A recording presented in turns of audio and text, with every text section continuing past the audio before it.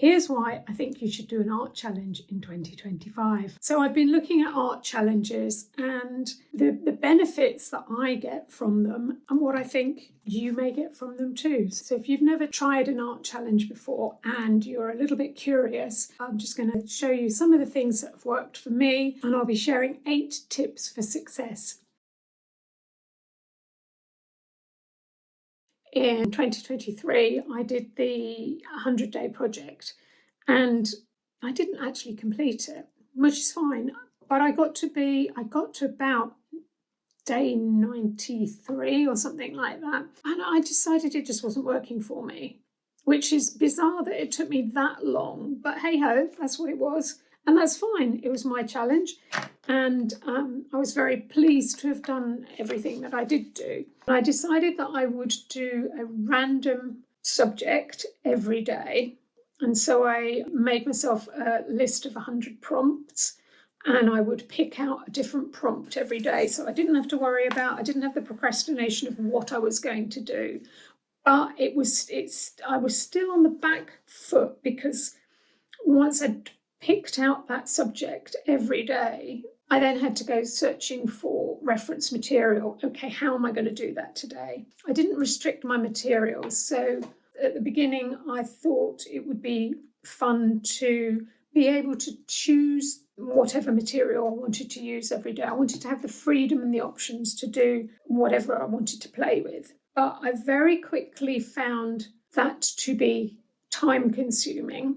I wanted to post every day. So I wanted to be able to post on social media what I was doing for this 100-day project. And that meant, and here's the perfectionism coming, that meant what I was producing needed to be social media ready.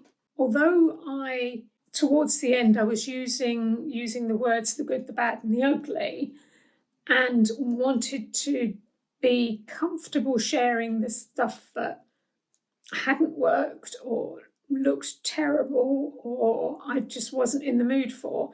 It didn't give me any pleasure posting those. So yeah, it became quite an effort, actually. The more successful pieces that I made turned out to be using collage. And I made some really cute collages that I'm very happy with. And that's good. And I kind of found my way into collage. But it was a form of collage that, although I was getting the results, they were pleasing little cute animal bird characters. It wasn't the way that I wanted my art to go. And so I had a bit of conflict of creating something I could see was visually pleasing, but it wasn't where I wanted to go.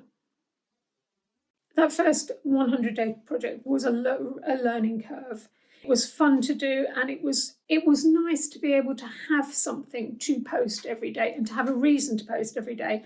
I struggle with social media, and not really. I have a bit of a love-hate with relationship with Instagram. I feel you put a lot of effort into posting, and it's like tumbleweed. Nobody sees it, nobody responds, nobody acknowledges your presence, so why bother?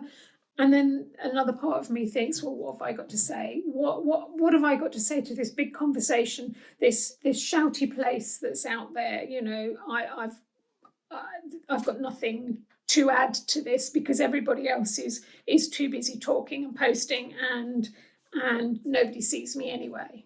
So that's my big hang up with social media. So it was nice because I had the excuse to post every day, but I still kind of felt that I didn't really want to post every day.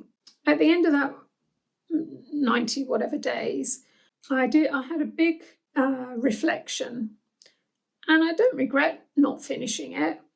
I don't feel a failure for not completing it. It was interesting that it took me that long to establish that what I was doing just wasn't working for me. Then the other challenge that I I'm coming to the end of, so I'm in my last month of doing a whole year of tea sketches. And this one, I'm coming to the end of a whole year. I couldn't complete a 100-day project, but I'm coming to the end of 365 days. This one has been more successful for me because of various different things. Like I said, the subject material is the same every day. I can, if you like, bang out a quick sketch in 2 minutes if I want to, or I can spend 15 minutes if I want to. This one works for me. It is for me. I'm not sticking to anybody else's schedule, format, regime. I'm doing it for me. So I have set up my own brief for this one. I also started with the flexibility of, okay, let's do a tea sketch every day and see how long I can keep going. So on day one, it didn't start off with, yay, day one of your year-long project of tea sketches. It didn't start off like that. It just started off very organically. That, oh yeah, I seem to be drawing, tea seems to be my subject, and that's the reference material that's in front of me. That's my still life that's in front of me every day, wherever I am. So it was an organic subject. It was an organic sort of process of, I was wanting to draw more in my sketchbook, and having the subject material in front of me was an easy thing to do, and it just sort of grew from there. So one day led to another, and then suddenly I was in month 2, and then month 3, and then at that stage I was thinking, well, this would be quite nice. I wonder if I could do 6 months. Wouldn't it be nice to have 6 months of tea sketches? And then it was the idea that, that would be great if you could say, yeah, you've drawn tea every day, you've done your tea tray every day for a whole year, and what you could maybe do with that body of work. And yeah, so it kind of grew organically, and that worked for me. It's given me material that I can use in other ways. So yes, I have posted about it on social media. Yes, I have used this on YouTube here. If you check back, there's the videos of me doing my daily sketch. And so it's given me something that I can build on, and I have painted from those drawings. And it's also, I didn't limit myself to materials. Well, I did, I think, at first. Yeah, so I think the early ones I did limit myself. I was just using pen and ink. And then I kind of got bored with that, and that's fine. It just grew and developed, and I started playing with other materials. I think there was a change in sketchbook.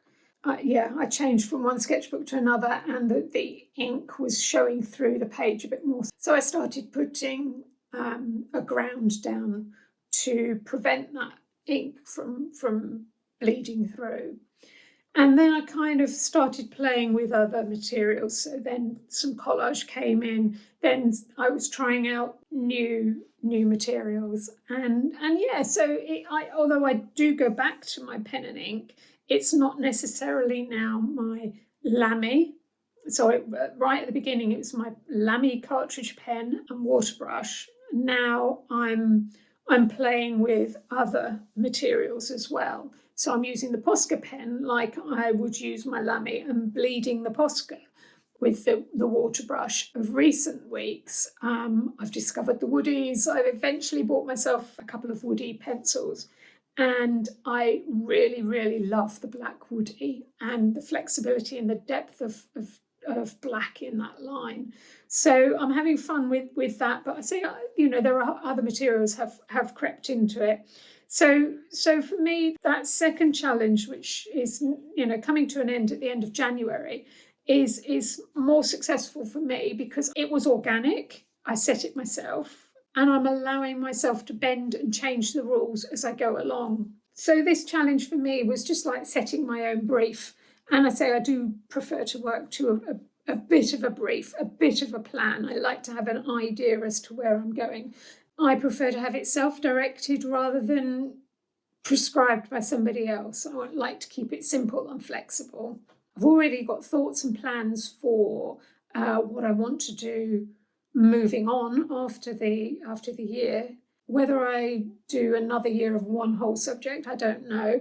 I'm thinking more about doing, monthly projects, so focusing in on something for 1 month at a time. So we'll see. Yeah, have fun with it. It's a new start, it's a new year, it's a new start. So have fun. Have a look at the art challenges, see whether or not you want to become involved with the social media ones, or maybe cherry pick a little bit from one and a little bit from another, and work out your own brief, work out your own challenge. So the tips I would offer for success: number one, think about your why. Why do you want to do a challenge? What do you want to achieve from this challenge? This could be, like me in the past, to develop a daily sketchbook practice. It could be to become familiar with a new material. It could be that you want to become more involved on social media and to grow an audience. But knowing your why is going to help you to keep going and complete the challenge. Number two, plan for success. I think it's useful to plan your challenge. Prepare your materials. Are you going to be using a new sketchbook for this challenge and that's dedicated to this challenge? Or are you just going to continue with your studio journal or whatever sketchbook you've got on the go? Are you going to be doing a page every day? Are you going to be working in a landscape or a portrait format? Does that matter even? If you're working on loose paper or board or canvas, have you got that material ready? So if you're doing a 30-day challenge and you're going to be working on 4-inch square pieces of watercolor, cut those 4-inch squares pieces of watercolor out, 6-inch squares pieces of watercolor, so you've got your materials ready to go. It's a good idea to also think about your subject material. For my year-long project, my subject is my tea tray, and that's what I've been drawing every day because it's part of my everyday life. Wherever I am, there's tea in my life, so that subject is always there. I've limited my year-long project to one subject. So think about your subject. Is there something you want to explore further, to delve deeper into? So decide what your subject is and just know where you're going to get your reference material from. Number three, I think it's a good idea to set a time limit for your challenge. If you're going to do a daily challenge, we're all busy people. We've got other things in our lives. We've got family, we've got friends, we've got work, we've got commitments, we've got exercise programs, we've got whatever we've got in our lives. And by setting a time limit for your challenge, your daily challenge, is making it more accessible. I prefer to just think about my daily challenge as it's quick 5-minute drawing, it's a 10-minute drawing. I rarely spend longer than 15 minutes on it, and don't worry about the results. Keep it loose, keep it short. Number four, if you've not tried a challenge before, then try some shorter challenges or dip into part of a challenge. Maybe try 7 days in a row. Can you do 7 days of one subject or of one material or of one size?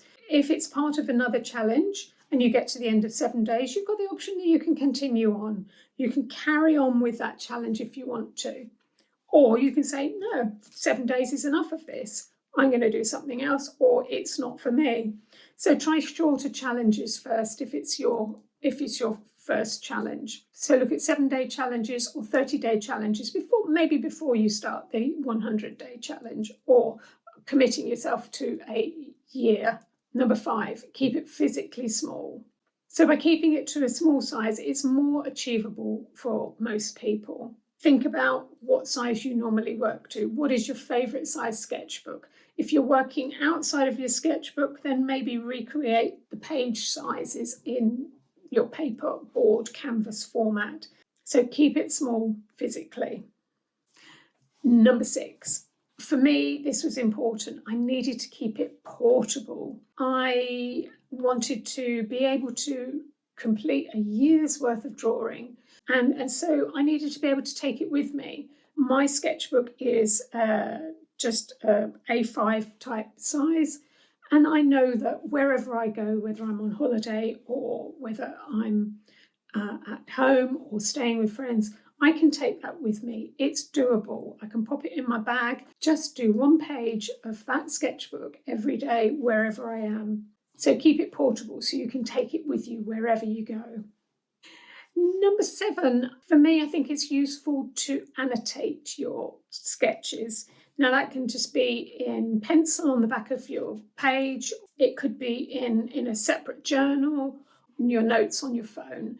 But keep a bit of a record of when you did that sketch, how you did it, how long it took, and the materials maybe, and any thoughts and problems that arose while, from creating that piece of work that day.